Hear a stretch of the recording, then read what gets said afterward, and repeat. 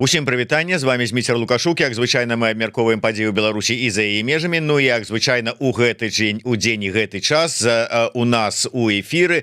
Праўда, троху незвычайна тое, што на сувязі па зуме, а не ў студыі. Ну але ўсё здараецца. Такім чынам, вітайце, кіраўнік Варшаўскага цэнтра палітычнага аналізу і прагнозу, доктар палітычных навук і сябра вольнай Беларусі Павел Усаў. Добрый дзень, спадар Павел. Вітаю. Спадар Павел, давайте пачнем с актуальнай навіны, якая працягвае абмяркоўвацца ад учорашняга, ну дзе там у абед дзесьці стала гэта вядома. Дональд Туск аб'явіў напярэдадні перад пачаткам там пасяджэння Сейма, здаецца, ці ўраду польскага, пра тое, што ў ноч з 24 на 25 верасня, дакладней у гадзіну начы 25 верасня будзе адкрытая польска-беларуская мяжа. Дакладней, тыя памежныя пераходы, якія на момант 11 верасня, момант закрыцця працавалі, яны будуць адчынены. Наколькі для вас нечаканым стала гэтае рашэнне? Я б не сказаў, што оно стало для мяне нечаканым. Гэта было пытанне часу. Нечаканым для мяне было увогуле рашэнне закрываць межы пры адсутнасці рэальнай волі і рэальных механізмаў трымаць гэтыя межы закрытымі на працягу пэўнага часу, пакуль не будуць выкананы пастаўленыя задачы і пастаўленыя умовы. Бо калі мы прыгадаем, было ад самага пачатку заяўлена, што межы закрыюць на перыяд вучэнняў, бо вучэнні выклікаюць перасцярогу і пытанні ў дачыненні да бяспекі мяжы і агульнай інтарэсаў Польшчы, хаця пры гэтым тая ж самая Літва, якая ў значна большай ступені знаходзіцца ў небяспечнай сітуацыі, ці Латвія, чым Польшча, межы не закрыла, і больш таго, Наўседа заявіў, што вучэнні Захад-25 не нясуць ніякіх пагрозаў. Ну і безумоўна, сам маштаб, і ўсе гэта адсочвалі, і для Польшчы таксама гэта не было сакрэтам. Вучэнні не маюць настолькі агрэсіўнага характару не з прычыны таго, што Расія перастала быць агрэсіўнай, ці Беларусь, а з прычыны наяўнасці рэсурсаў, якія былі задзейснены ў гэтых вучэннях. Яны не стваралі сур'ёзных выклікаў і пагрозаў ні для Украіны, ні для Літвы, ні для Польшчы, і па колькасці, і па складзе, і па ўдзеле расійскіх войскаў, нягледзячы на тое, што раней казалася пра тое, што вучэнні, тая ж самая саюзная рашучасць у 22-м годзе былі выкарыстаны для атакі на Украіну, тым не менш нічога не казала і не прадугледжвала нейкіх сур'ёзных правакацый, у тым ліку на так званым сувалкскім накірунку. Вучэнні праходзілі воддалі ад межаў Польшчы і Літвы, і таму рацыянальна, зразумела, што ўсяго мы прадугледзець не можам, але такой сур'ёзнай пагрозы гэтыя вучэнні не неслі, каб дзеля іх закрываць межы. А варта ўзгадаць, што калі рускія сцягнулі ў Беларусь 30 000, а можа і 50 000 чалавек у перыяд атакі на Украіну, межы закрытыя не былі. Ні ў Літве з Беларусю, ні з Польшчу Беларусі. Таму, канешне, гэтыя такія крокі выглядалі больш як палітычныя, а не стратэгічныя. Але пасля гэтага, калі было прынятае рашэнне па закрыцці межаў, зразумела, што вучэнні не могуць быць прэтэкстам, бо яны слабыя для таго, каб расеці разам з Беларусю зрэалізавалі нейкую сур'ёзную правакацыю супраць Польшчы. Было заяўлена, што граніцы межы будуць закрытыя да моманту, пакуль не будзе вырашана пытанне агульнай бяспекі на мяжы. Што пад гэтым мелася на ўвазе? Гэта перш за ўсё працяг міграцыйнага крызісу і рэгулярныя атакі мігрантаў на мяжу Польшчы, на мяжу Літвы, на мяжу Латвіі. І, безумоўна, на працягу 24 году, апошні год, колькасць такіх прарываў павялічылася. І ускосна У гэтае рашэнне Польшчы таксама укладалася пытанне вызвалення Андрэя Пачобута, хаця гэта не было заяўлена, і пытанне з арыштаваным монахам кармелітам Гжэгжышам Гавалам. Так, гэта не дэкларавалася, але гэта укладалася і разумелася. Бо, канешне ж, рашэнне па закрыцці межах раптоўна было прынята пасля таго, як гвалтоўна быў затрыманы польскі грамадзянін, абвінавачаны ў шпіянажы і гэтак далей. Польшча павінна была на гэта рэагаваць. Так вось, з самага пачатку было ясна, што калі Польшча, Варшава намагаецца дасягнуць такімі радыкальнымі метадамі вырашэнне пытанняў бяспекі, вырашэнне пытанняў вызвалення сваіх суайчыннікаў і грамадзянаў, то такая палітыка патрабуе часу, патрабуе палітычнай волі і патрабуе солідарнасці з боку ўсіх еўрапейскіх краінаў, каб прымусіць Лукашенка на саступкі.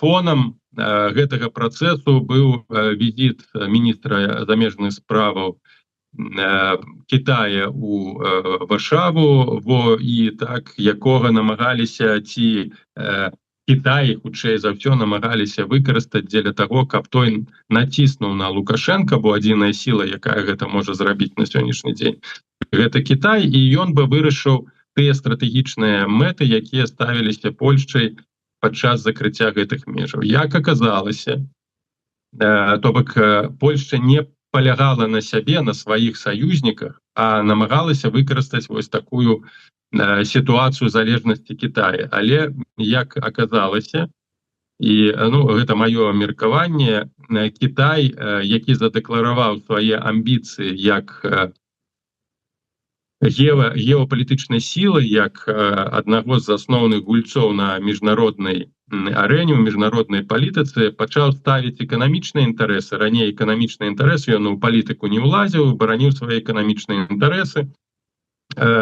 паставіў эканамічныя інтарэсы на другую ступень у параўнанні з палітычнымі. То бок, я думаю, што Варшава сыходзіла з такой традыцыйнай логікай, што Китай апалітычны, што для яго інтарэсы эканамічныя значна важнейшыя, чым інтарэсы геапалітычныя ці палітычныя. А тут аказалася, што Китай дэманструе ўжо сваю зверхсілу, зверхдамінацыю і не жадае прыгінацца, не жадае прыносіць свае палітычныя амбіцыі зверхдзяржавы на карысць нейкім эканамічным інтарэсам. І я думаю, што яны не пайшлі па шляху ціску на Лукашенка, якога разглядаюць як адно са свайго проксі, як свой пратэктарат ужо, не толькі расійскі, Беларусь стала пратэктаратам кітайскім, і для яго вось прысутнасць геапалітычная і вага палітычная значыць значна больш. І як аказалася, вось Китай не згуляў у польскую гульню, не пайшоў на вось гэты крок уплыву на Беларусь, і таксама, як сцвярджаюць некаторыя крыніцы, у сваю чаргу уплыў на рашэнне Варшавы аказвала таксама Нямецчына і Францыя, або Заходняя Еўропа вельмі моцна залежыць ад паставак з боку Китая, бо тавараабарот, гандлёвы абарот паміж Китаем і Еўразвязам гэта дзесяткі мільярдаў даляраў. І, канешне, гэта спыненне гэтага транзітнага шляху вялікія страты. І не пралічыўшы усе гэтыя моманты, на жаль, Варшава пайшла на такі крок, не вырашыўшы пры гэтым ніякіх стратэгічных задачаў, мэтаў, вымушана была пайсці саступіць, асадзіць назад, як казаў класік, так, і адкрыць межы. Пры тым усім, што Лукашенка не пайшоў ні на якія саступкі, якія, на маю думку, закладаліся, што ён пойдзе пад ціскам Китаю ці проста пад ціскам той сітуацыі. Тым не менш, мы бачым, гэтага не адбылося. Хаця гэта не азначае, што не было нейкіх такіх камунікацый, каб сітуацыя выглядала win-win з абодвух бакоў. Але чаму вы так перакананыя, што ну пэўных я не ведаю гарантыяў як мінімум вырашэння тых пытанняў, тых умоваў выканання, якія паставіла Польшча, не будзе. Ужо адзначаюць назіральнікі, што зменшылася колькасць, ось буквально зараз за дзень ці там за два, колькасць спробаў перасячэння нелегальнага мяжы з тэрыторыі Беларусі ось гэтымі мігрантамі. З іншага боку, бачце, якое супадзенне. Туск пра з адкрыццё мяжы сказаў ваўторак. Ваўторак Анджела Борыс атрымала адказ на сваю просьбу пра сустрэчу з Анджэем Пачобутым. І то бок з раніцы ёй, наколькі я разумею, патэлефанавалі і сказалі у аўторак о 14 гадзіне быць у Новаполацку, дзе будзе сустрэча з Анджэем. То есть вось такое супадзенне, ці не сведчыць гэта, што працэс прынамсі ізноў пачаўся нейкі перамоўны па гэтым трэку? Ну, давайте по першаму пытанню. Тое, што адбываецца на мяжы, гэта перыядычная, эпізадычная колькасць прарываў павялічваецца, колькасць прарываў зменшваецца, прысутнасць мігрантаў павялічваецца, прысутнасць мігрантаў зменшваецца. Гэта абсалютна не ляжыць у сферы вырашэння дадзенага пытання. Альбо трэба падпісваць новую дамову пра рэадмісію, і Лукашенко атрымоўвае датацыі з Еўрапейскага звязу дзеля таго, каб утрымліваць мігрантаў здаля ад межаў Еўразвязу, ну альбо гэты працэс працягнецца. Бо зразумела, што Лукашенко не будзе займацца адловам мігрантаў, гэта адзіны механізм шантажу і ціску на Еўразвяз. Это першы момант. Другі момант, звычайна ціск спыняецца толькі пасля таго, як сістэмна вырашаюцца усе праблемы ці усе задачы, якія былі пастаўлены. Інакш ён, па сутнасці, траціць усялякі сэнс. Яшчэ раз падкрэслю, пытанне гібридных атакаў на мяжы не вырашана і вырашана не будзе. Для гэтага патрэбны доўгі перамоўны працэс з удзелам Еўразвязу. Лукашенко звязвае міграцыйны крызіс і выкарыстоўвае мігрантаў дзеля таго, каб зменшыць санкцыйны ціск, ён не зменшаецца. Гэта азначае, што правакацыі на мяжы будуць працягвацца. Дзеля гэтага уся гэтая гульня і распачыналася. Што тычыцца Андрэя Пачобута?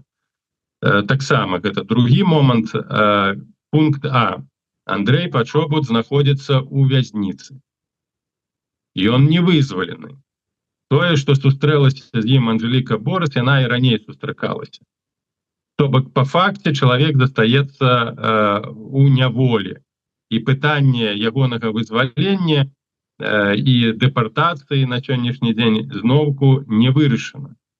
То бок гэтая задача застаецца актуальнай, а ціск спыняецца. Магчыма, я казаў, што былі нейкія перамовы, каб усё гэтая сітуацыя выглядала win-win, каб Пачобута выпусцілі ці прынамсі перавялі пад іншы рэжым, дамашні арышт. Але гэта, ну, ведаеце, мы будзем гадаць, як на кафейнай гушчы, ці Лукашенко зробіць гэта, ці гэтага не зробіць. То бок, калі мы разумеем, што дадзеная палітыка прынесла вынік, то па факце Андрэй Пачобут павінен быў бы быць вызвалены ці прынамсі вывезены на нейтральную полосу, як гэта было з палітычнымі зняволенымі, якіх вось выкінулі за мяжу. Ні першага, ні другога пытання да сённяшняга моманту знову знаходзіцца ў такім падвешаным стане. Тое ж самае датычыць Жэгаша Гавала, так, які трымаецца пад арыштам, невядома, ці пускаюць да яго адвакат. То бок, сітуацыя застаецца амаль на тым самым узроўні псіхалагічна-палітычным, якой яна была перад закрыццём межаў. То бок выкарысталі сур'ёзны ресурс, вельмі моцны ресурс. Это ресурс, які павінен прынесці ўжо адчувальныя там змены ці паляпшэнне сітуацыі, але гэтага не адбылося. І Польшча вымушана першая зрабіць крок для таго, каб адкрыць межы. Не Лукашенко, хаця ён павінен адчуваць сябе прайграўшым. А тут у гэтай агульнай сітуацыі, як мы бачым, выглядае слабой Польшча, а не Лукашенко. Я на мінулым тыдні размаўляў з Ігорам Тышкевічам і з гэтай нагоды вось закрытых межаў таксама, і ён выказаў такое меркаванне, што такім чынам Польшча хоча дамагчыся распачаць ці адкрыць перамоўны трэк Варшава-Мінск. Маўляў, перамовы ідуць выключна па трэку Вашынгтон-Мінск. З гэтага трэку выкінутыя усе гульцы іншыя, а Варшава хоча ўсё ж таки адчуць і дасягнуць сваіх пэўных мэтаў, інтарэсаў, нацыянальных інтарэсаў і хоча дамагчыся распачаць трэк. І вось гэты крок, закрыццё мяжы, гэта такі закід да таго, каб распачаць размову. І не далей як учора я бачыў каментар Ігора, які сказаў, што ўсё ж таки ён чакае, што гэты перамоўны трэк, нягледзячы на тое, што прынята рашэнне, ці як вы сказалі, назад першая Варшава адступіла, што ўсё ж таки ён застаецца актуальным, гэты тэзіс. Вы згодны ці не? Часткова згодны, і я пра гэта таксама раней казаў, што еўрапейскі звяз і Польшча, у прыватнасці, як і Літва, выкінутая з працэса, ён адбываецца па-за іх спінамі. Лукашенко фактычна гуляе наўпрамкі з Вашынгтонам, і еўразвяз, Польшча і Літва, якія завязаны на адносінах з Беларусі, выглядаюць прайграўшымі у эканамічным плане, у палітычным, а ўсё ж такі Літва і Польшча, яны адгулювалі немалую і важную, трэба сказаць, ролю у развіцці адносінаў нават з рэжымам Лукашенко, калі мы ўзгадаем 2015-2020 год. І тут яны як бы самі сябе ізалююць. Але, як я казаў, пагаджаюся часткова, бо Менск быў першы, які хацеў пайсці насустрач афіцыйны. Міністэрства абароны, наколькі я памятаю, прапанавала правесці кансультацыі па пытаннях, звязаных з змяншэннем напружанасці на межах яшчэ месяц перад вучэннямі, на што быў дадзены негатыўны адказ з боку Варшавы. І другі момант, беларуская чыгунка таксама прапаноўвала і Літве, і Варшаве аднавіць пасажырскія перавозкі, што вельмі важна было б якраз таки для насельніцтва трох краін, трох перш за ўсё. Гэта Літвы, Беларусі і Польшчы. Тым не менш, тут, акрамя Вашынгтона, ёсць яшчэ і агульнаеўрапейская палітыка, якая прытрымліваецца палітыкі санкцыі, палітыкі задушвання рэжыму праз санкцыі. І таму на вось усе гэтыя ініцыятывы быў дадзены негатыўны адказ. Ці перадумала Варшава, ці яна гатова, як і Брюссель, пайсці на вось гэты працэс дэблакады у пэўнай сітуацыі адносінаў і дыпламатычных, і эканамічных, і палітычных. Гэта не азначае прызнанне Лукашенко, але прынамсі спрашчэнне камунікацыі паміж Беларусю і Варшавай, Беларусю і Літвой. На маю думку, гэта палітычныя вопросы, пытанне і вельмі важнае для Беларусі. Але ёсць адмоўная аргументацыя, што вось гэтая адліга будзе выкарыстана перш за ўсё расейцамі для здзяйснення правакацыі, будуць шпіёнаў перасылаць і гэтак далей, хаця мы усе добра ведаем і разумеем, што там дастаткова у расійскай дыаспары, якая налічвае ў Еўропе больш за там 3-4 мільёны, дастаткова добрых рускіх, якія будуць рэалізоўваць усе метады, направленыя на саботаж, а Беларусь застаецца ізаляванай, тым больш, што не закрытая межа з Калінінградам. Таму, негледзячы на маё абсалютна непрымальнае стаўленне да рэжыму Лукашенко, спрашчэнне камунікацыі, адкрыццё пераходаў для беларусаў у Літву, у Польшчу, я думаю, гэта так. Гэта прадумова для злагоджання сітуацыі, для нейкага перамоўнага кірунку. Абсалютна не варта чакаць, што гэта прывядзе да адлігі ў Беларусі, да змяншэння рэпрэсій. Часткова на нейкі адсотак так, але ў сістэмным плане не. Але тым не менш для беларусаў, для камунікацыі, для абмену, просто для таго, каб людзі маглі падыхаць свабодным паветрам, вольным, я думаю, для грамадства гэта толькі вялікі плюс. Ну і далей. І гэты трэк зменіць сітуацыю на межах. Тут таксама не трэба забываць, мы не ведаем, так, мы разумеем толькі адно, што Беларусь стала проксі Расіі, Беларусь выкарыстоўваецца як інструмент для вядзення вайны супраць Захаду. Гібриднай вайны яна будзе толькі пашырацца, становіцца больш інтэнсіўнай, тое, што мы назіраем. І дээскалацыя на мяжы з Польшай і з Літвой не ў інтарэсах Расіі. І гэта трэба разумець. І ў дадзеным кантэксце трэба таксама ацэньваць, якая ступень аўтаноміі Лукашенка ў вырашэнні важных стратэгічных пытанняў, звязаных з беларускай незалежнасцю, суверэнітэтам, прастора ўласнага суверэнітэту ўласнай улады. Калі яна яшчэ нейкім чынам застаецца, так, то Лукашенко можа вырашыць пытанне міграцыйнага вось гэтага крызісу на карысць інтарэсаў Захада і на карысць інтарэсаў Беларусі, такім чынам злагодзіць напружанасць у адносінах паміж бакамі. Але пакуль што я ставлю пад вялікі сумнеў магчымасць Лукашенка праводзіць самастойную палітыку ў такіх стратэгічна важных накірунках, як, напрыклад, вырашэнне міграцыйнага крызісу. Спадар Павел, я выбачаюся, але хацеў бы працытаваць допіс. Ён з'явіўся, калі не памыляюся, так, яшчэ ўчора вечарам, але гэта допіс з тэлеграм-канала, які вядуць, як мы іх раней называлі, выкармышы Макея.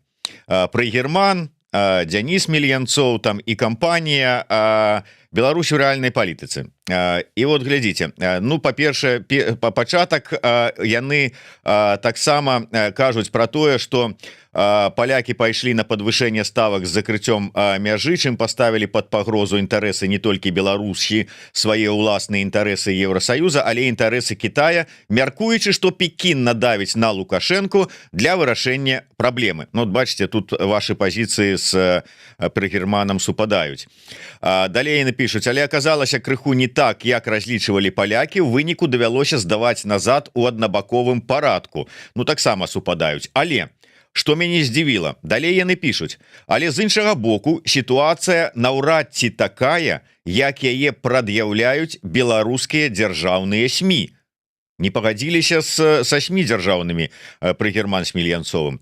Кітай менавіта што выступіў пасярэднікам в урэгуляванні канфлікта паміж Мінскам і Варшавай, а гэта значыць, што Мінск таксама пагадзіўся на некаторыя саступкі па просьбе Китая, бо не проста ж так пасвяцілі пачобута. Паглядзім яшчэ, што будзе адбывацца вакол праблемы мігрантаў.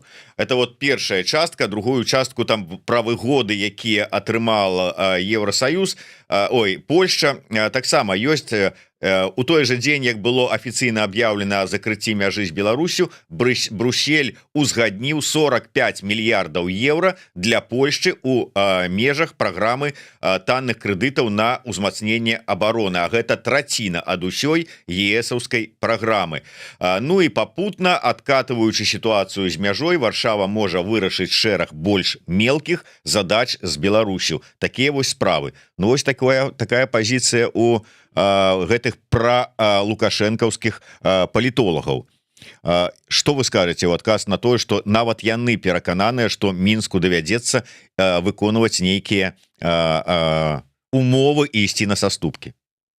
Магчыма, я ж кажу, што Кітай, не Кітай, Мінск маглі выпрацаваць карту, у якой усе бакі будуць выглядаць не прайграўшымі, так, як і Варшава, што яна не пайшла на саступкі, не дасягнуўшы нейкіх мэтаў, але знову вяртаючыся да папярэдняга аспекту, што здымаюць нейкія санкцыі ці здымаюць нейкі ціск толькі пасля таго, як рэальна пытанні былі вырашаны. То, што падсвяцілі, як яны кажуць, пачобута, зусім не азначае, што яго ўжо вызвалілі і што ён апынецца ў бяспецы, як і ў пытаннях іншага кшталту. Тут вельмі важна знову падкрэсліць той факт, што Кітай пачынае гуляць важную ролю у вырашэнні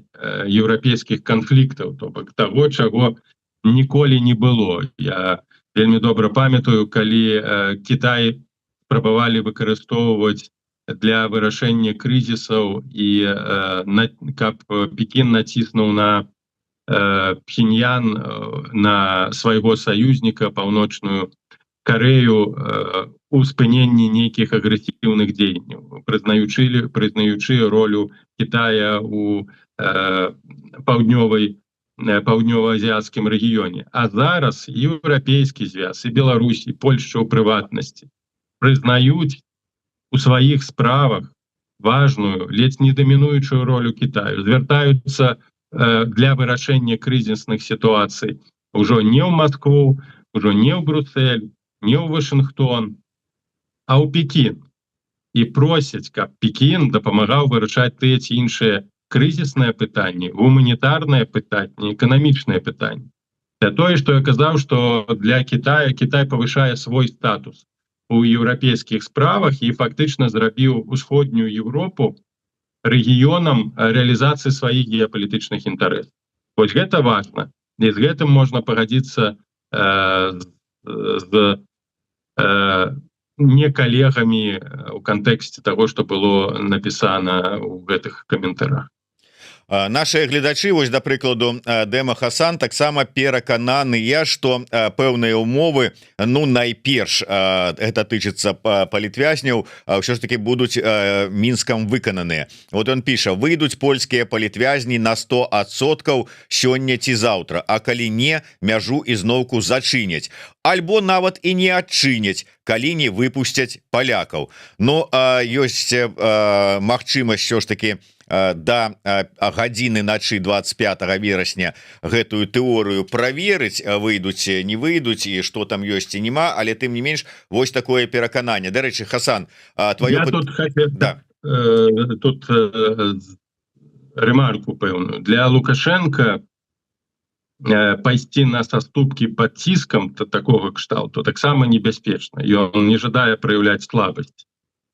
І тут гэта трэба разумець, бо у пытаннях вось такога супрацьстаяння выйграе той, хто заўсёды дэманструе сілу. Так а ўжо Польша ж праявіла, як вы кажаце, слабасць. Яны ўжо адкрыняць мяжу. А ён скажа: ну я ўжо ў якасці там жэста добрай волі. Але мы будзем разумець, і палякі будуць разумець таксама, і Брюссель будзе разумець таксама, што такога роду ціск радыкальны, як закрыццё межаў, можа сур'ёзна ўплываць на вырашэнне палітычных пытанняў. І гэта станець практыкай, што небяспечна. Для Расіі гэта пакажаць, пацвердзіць эфектыўнасць санкцый, а Лукашенко жадае паказаць, што санкцыі і ціск не працуюць. Але выпускаючы, напрыклад, уначы ці там заўтра, ці на працягу тыдня Андрэя Пачобута без ніякіх там умоваў, ён пакажа, што ўсё ж такі санкцыі, гэты ціск з боку Китая спрацаваў. І што трэба ціснуць далей, што ёсць эфектыўныя такія небяспечныя кропкі, якія могуць спрыяць, скажем, подрыву стабільнасці рэжыму Лукашенко, асабліва межы. То бок мы ўсе прыйдзем да высновы, што закрыццё межаў, вось такая абсалютная ізаляцыя, вельмі эфектыўны крок у вырашэнні гуманітарных пытанняў і палітычных пытанняў. І ён будзе задзейснены рэгулярна. Ці гэта, думаю, што гэта вельмі добра разумее Лукашенко. І ён не жадае паказваць тыя кропкі, якія для яго вельмі небяспечны. Таму мне падаецца, сыходзячы з ягонай логікай, такога хуткага вызвалення Пачобута можа не адбыцца. Ён будзе дэманстратыўна паказваць, што ні санкцыі, ні Кітай прымусілі яго пайсці на нейкія саступкі. То бок тут, разумееце, як гэта ў пытанні з Трампам і Вашингтонам працавала. Лукашенко не пайшоў ні на якія саступкі. Пакуль не прыехаў на пачатку Келах, потым Коуэлл, і потым было заявлена з боку Вашингтона, ну ён яшчэ атрымаў шэраг рэверансаў з боку Трампа, то бок ён пайшоў на саступкі пасля таго, як Захад, умоўна ЗША, прадэманстравалі гатовы з ім размаўляць. І тут зусім іншая сітуацыя. Тут з ім размаўляць не жадаюць, на яго жадаюць ціснуць, а ён будзе імкнуцца даказаць, што ціск не працуе. То бок так гэта логіка аўтарытарных рэжымаў функцыянуе. Ну, сапраўды, да, давайте ўсё ж таки сапраўды пачакаем, чым гэта ўсё скончыцца, таму што з аднаго боку тая ж самая Борис кажа, што яна написала на імя Лукашэнкі просьбу о увольнении Анджи и можливость видения с ним в колонии карной, то его вызволении и можливости побачить. Можливость побачить ей дали, а наконт вызволения ніякага отказу, нічога, ні коментара, нічога не было. Тому все ж таки поглядим. У меня некое такое все ж таки прачуванне, што нездарма гэта ўсё супала, і паездка Борис да Пачобута ў калонію і заява Туска аб зняцці тых самых абмежаванняў на памежныя пераходы, бо можа быць ей прыйшоў адказ, дазвол, яна звязалася с МЗС, там умоўна кажучы, там пачаліся пэўныя працэсы. Ну, побачым, не будзем меркаваць. Так, Хасан, я не зразумеў сэнс пытання зададзенага праз донат, якія крыніцы ў Паўла Усава, на каго ён спасылаецца, у якіх канкрэтна тэзісах, што вот такія крыніцы, пра якое выказванне цікавяць. Таму давайте, Павел, ўсё ж таки хацелася, бо было і іншае пытанне, тое, што пару дзён таму моцна таксама узбудзіла беларускае грамадства. Той же самы Хасан пытаўся, задаваў пытанне, што так, запытайце, калі ласка, Усава, ці згодны ён са словамі Пазняка пра Статкевіча. Выбачайце, Павел, што вам даводзіцца так как бы у якасці тлумачальнай брыгады выступаць, але ўсё ж таки шмат каму вось гэтыя словы, ну как бы так, Зіновна Станіславовича падаліся, ну скажем так, досыць дзіўнымі. Я не ведаю, пра якія словы вядзецца гаворка, пра тое, што Пазняк напісаў там у сваім Фейсбуку, ці пра інтэрпрэтацыі, якія былі тое, што ён напісаў у Фейсбуку, калі ён ацэньваў учынак Статкевіча і яго рашэнне застацца ў Беларусі, ну фактычна вярнуцца ў турму. Ну, па-першае, ён, наколькі я добра зараз памятаю гэты допіс, сказаў пра тое, што гэта быў мужны паступак, хаця лепей было б працягваць змагацца ўсё ж такі на волі, а не вяртацца ў няволю. Другі момант, на што я звярну увагу, знову не інтэрпрэтацыя, это тое, што калі б там Статкевич далей працягваў сваю актыўнасць на свабодзе у тым кшталце, у тым накірунку, які ён абраў, менавіта такі жорсткі нацыянальны супраціў, то гэта б магло змяніць у прыватнасці персанальнае стаўленне Пазняка да Статкевіча, якое сфарміравалася у перыяд так званай ранішняй апазіцыйнай дзейнасці у 90-е, канец 90-х, пачатак 2000-х. Я хочу адразу сказаць, што за апазіцыяй агулам, за тымі дзеячамі, нават тымі, якія знаходзяцца сёння у вязніцы, нягледзячы на іх мужнае дзеянне, на супрацьстаянне з рэжымам, застаецца той шлейф памылак, праблемаў, канфліктаў, сутыкненняў, непрыняцця, якое існавала, той багаж, які быў сфарміраваны, існаваў у 90-е і на пачатку 2000-х гадоў. І гэтыя праблемы не вырашаны. Было б добра, канешне, ўсё тут забыць і пачаць з чыстай старонкі, але, як паказвае гісторыя наша, гэта так не працуе. Таму для пэўных людзей, якія знаходзяцца у персанальнай канфрантацыі, ёсць, ну, скажем, пэўнае, там, не тое, што патрабаванне, а чаканні наступных дзеянняў, нейкага дыялогу і гэтак далей. І менавіта гэты багаж негатыўнага досведу ў перыяд функцыянавання ранішняй апазіцыі, ён фарміруе падыходы тых людзей з 90-х на сённяшнюю сітуацыю. Вось як можна патлумачыць словы Пазняка, бо яшчэ раз кажу, гэта міжасабовы досвед канфліктаў, сукупнасці канфліктаў, сукупнасці супярэчнасцяў, супрацьстаяння палітычнага, якое было ў 90-е гады. Для людзей, якія абудзіліся ці ўвайшлі ў палітыку толькі пасля 2020 году, ёсць Статкевич, які быў арыштаваны і сядзіць у вязніцы. Іншага Статкевича для іх няма. А для Пазняка ёсць Статкевич 90-го году, ёсць Статкевич 90-го, 2000-го, пасля 2000-го і гэтак далей. Ну, я магу прыгадаць, напрыклад, нават тую ж самую коаліцыю 5+. Зміцер, памятаеце? 2004 год. Так. Калі Статкевич заявіў, што не будзе ўдзельнічаць у агульнай гэтай коаліцыі, што пойдзе паасобку сваёй калоннай. Там і Міленкевіча крытыкаваў, і гэтую 5+ крытыкаваў, і гэтак далей. 99 год. Так вось, просто слухачоў і чытачоў я прызываю не рабіць ацэнку на дадзенай сітуацыі таму, што кажа Пазняк, так, а ўсё ж такі разумець, што ёсць гісторыя ўсіх гэтых адносінаў.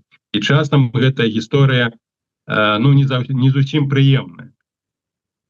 І частка людзей глядзіць толькі на сітуацыю тую, якая адбываецца зараз, з пункту, як кажуць, пачатка вялікага выбуху 20-го году. А таго, што было да 20-го году, яны не ведаюць, не жадаюць ведаць і гэтак далей. Тое ж самае стаўленне Пазняка да Шушкевіча. Для шмат каго, асабліва тых людзей, якія увайшлі ў палітычную гісторыю, пачалі яе разумець, пачалі цікавіцца беларускай гісторыі пасля 20-го году, так, Шушкевіч з'яўляецца такім сімвалам дэмакратыі, нейкага такога добрага развіцця, а Пазняк лічыць яго адным з тых, хто спрычыніўся да прыходу Лукашенка да ўлады, хто супрацьстаяў, хто не хацеў ставіць пытанне пра незалежнасці, хто блакаваў гэтае пытанне. І вось гэта прыклад таго, што гісторыя нельга глядзець на гісторыю па кавалках. Пазняк сыходзіць са свайго досведу, гэта асабістае ягонае стаўленне да сітуацыі са Статкевічам, яго персанальныя адносіны да яго. нягледзячы на тое, што для большасці ён героем з'яўляецца. І таму я прасіў бы не спекуляваць, не разумеючы кантэксту гэтых гістарычных падзеяў, не маніпуляваць словамі Пазняка, а просто дакладна намагацца даведацца, што ж адбылося на пачатку 90-х, а што адбылося з беларускім згуртаваннем вайскоўцаў, што адбылося з беларускай сацыял-дэмакратычнай партыяй народная грамада і гэтак далей. І толькі калі вы будете ведаць агульную гісторыю трагедыі развіцця апозіцыі, тады можна будзе зразумець, чаму Пазняк часам выказваецца даволі рэзка у дачыненні да пэўных людзей, хаця гэта зусім не перакрэслівае таго, што Зенон Станіславович прызнаў факт таго, што учынак Статкевіча мае сваё гістарычнае значэнне. І гэта вельмі важна. І ён прызнаў гатовасць, калі б Статкевіч выйшаў і выехаў, нейкім чынам пагадзіцца і працаваць, магчыма, разам, калі б гэта было б магчыма. Вось гэта трэба таксама было б заўважыць. Аднак, як звычайна гэта адбываецца, заўважаюць толькі адмысловыя рэчы, каб павялічыць нейкую ўнутраную напружанасць. Я просто для того, каб сапраўды не было нейкіх розных інтэрпрэтацый, конкретно зачитаю некалькі словаў, цытатаў конкретных з допісу Зенона Пазняка. Что датычна рашэння Статкевіча застацца. Адзін палітвязень Мікола Статкевіч адмовіўся ад дэпартацыі і вярнуўся ў турму. З гледзяшча рэальнай палітыкі гэта ацэньваецца як папулізм, адмова ад палітычнай барацьбы на свабодзе дзеля стварэння вобразу ідэйнай пазіцыі ў няволі. Датычна таго, як это можа спрацаваць. Аднак у канкрэтнай сітуацыі тут ёсць знакавы момант. Пратэст супраць прымусовай дэпартацыі, якая з'яўляецца фактычна пазбаўленнем бацькаўшчыны, маёмасці і грамадзянскіх правоў. Мушу адзначыць, і далей там, безумоўна, ідзе, мушу адзначыць, што сітуацыя са Статкевічам абцяжарвае яго адмоўным палітычным багажом і гэтак далей, ўсё тое, пра што вы сказалі. І я цалкам з вами згодны, што трэба ведаць гісторыю, як гісторыю палітычную там найноўшай Беларусі, так і ўвогуле гісторыю і гісторыю Беларусі ў глыбіні яе існавання, каб мець нейкае ўяўленне больш грунтоўнае пра ўсё. Але мы живем сёння і зараз, па-першае, па-другое, людзям, палітыкам, яны могуць мяняцца, мяняць свае погляды, змяняць свае пазіцыі, прычым не на патрэбу часу, а таму што змянілася сітуацыя, пераацэнка нейкага каштоўнасцей адбылася і ўсё. І тыкаць сёння на тое, што 30 гадоў таму ты зрабіў вось гэта, а вось у 20-м годзе ты сказала мудры Путін, а тады-то ты зрабіў это, і таму сёння мы-то с тобой не будем працаваць на адным поле, не сядзем, і мы табе не верым. Неяк мне падаецца, ўсё ж таки з палітычнага пункту гледжання неправильно. Дмитрий, тут все ж таки я бы разводил ситуацию со Статкевичем и ситуацию с Тихановской. Это абсолютно не параўнальная рэч. Тую ж самую ситуацию бы разводил с Шушкевичем. Бо ўсё ж таки той час, калі была магчымасць не дапусціць Лукашенко да ўлады і нейкім чынам кансалідавацца у адзіным палітычным фронте, ён быў спушчаны, і гэта выбачыць часткова можна, але прыняць до конца немагчыма. Я не ведаю там кантэксту супярэчнасцяў Пазняка і Статкевіча, наколькі яны былі глыбокія і наколькі моцнымі. Не хацеў бы на гэтым спекуляваць, але ведаю, што такія розныя сітуацыі, якія ішлі не на карысць апазіцыі, заўсёды былі. Але гэта ўжо прыватна лічу пытанне Пазняка і Статкевіча. Я не думаю, што Пазняк, які паклаў фактычна ўсё сваё і маладосць і жыццё на тое, каб аднавіць незалежнасць, каб Беларусь была незалежнай і дэмакратычнай, можа пераступіць перад простыя хібы і праблемы, якія былі зробленыя нібы саюзнікамі у пытаннях барацьбы на карысць рэжыму. Гэта выключна, я лічу, трэба размаўляць, і чаму так не адбываецца з Пазняком, я не магу адказваць, скажем так, на пытанні, звязаныя з ягоным унутраным светапоглядам. Ёсць той багаж праблем, ёсць той багаж памяці гістарычнай, праз які пераступіць немагчыма.